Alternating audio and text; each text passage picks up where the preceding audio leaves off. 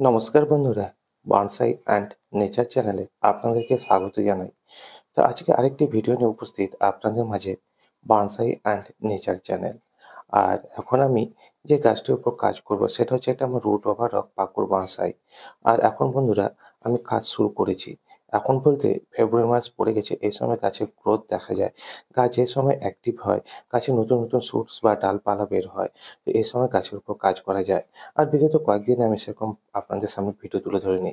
আর এই ফেব্রুয়ারি মাস পড়তেই আমি গাছের উপর কাজ করা শুরু করেছি। এটা আপনারা জানেন।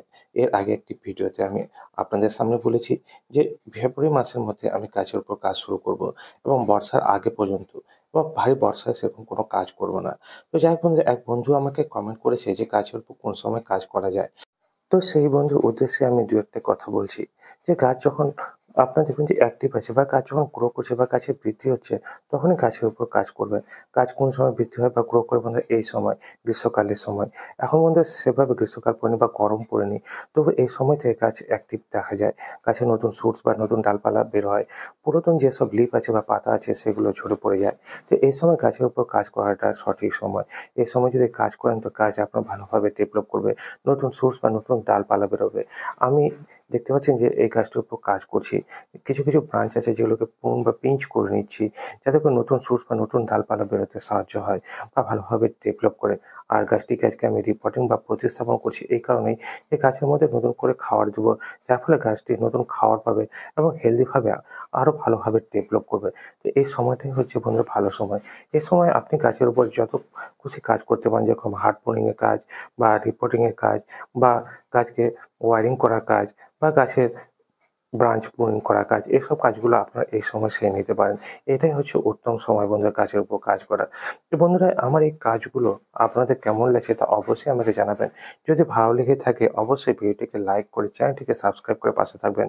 আর আপনাদের মনে যদি এ ধরনের কোনো প্রশ্ন থাকে বনসাই গাছ নিয়ে, তো অবশ্যই আমাকে কমেন্ট করবেন। আমি আপনাদের কমেন্টসের উপর অবশ্যই ভিডিও তুলে ধরবো। তো বন্ধুরা, দেখতে থাকুন এই গাছটিকে আমি প্রতিস্থাপন করছি কিভাবে এবং কী ধরনের খাবার দিচ্ছি এবং কী খাবার ব্যবহার করছি, আর সংমিশ্রণটি কিরকম আমি দিচ্ছি এই গাছটির মধ্যে। তো বন্ধুরা, সাথে থাকুন, পাশে থাকুন আর দেখতে থাকুন বনসাই অ্যান্ড নেচার চ্যানেল।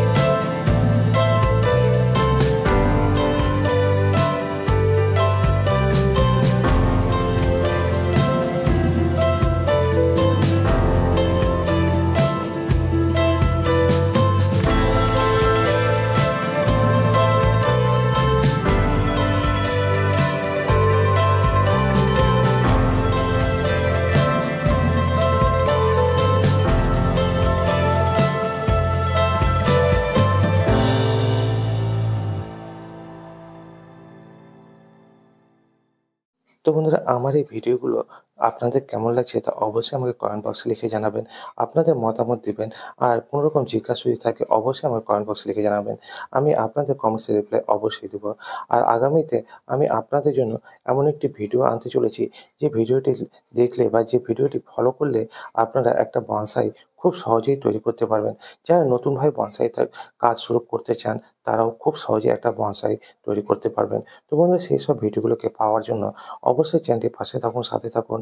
আর এইভাবেই আপনাদের ভালোবাসার সহযোগিতার হাত বাড়িয়ে দিন, যাতে করে আপনাদের জন্য আমার এই ছোট্ট চ্যানেল এইভাবে ভিডিও তুলে ধরতে পারে। আপনাদের একটা লাইক, একটা সাবস্ক্রাইব বন্ধুরা আমাদেরকে উৎসাহ দেয় এইভাবে নতুন নতুন ভিডিও তুলে ধরার জন্য।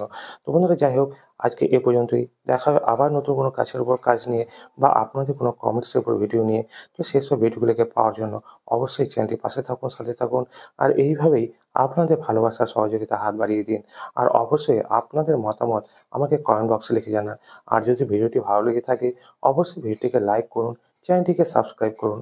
তো বন্ধুরা, আজকে এই পর্যন্তই।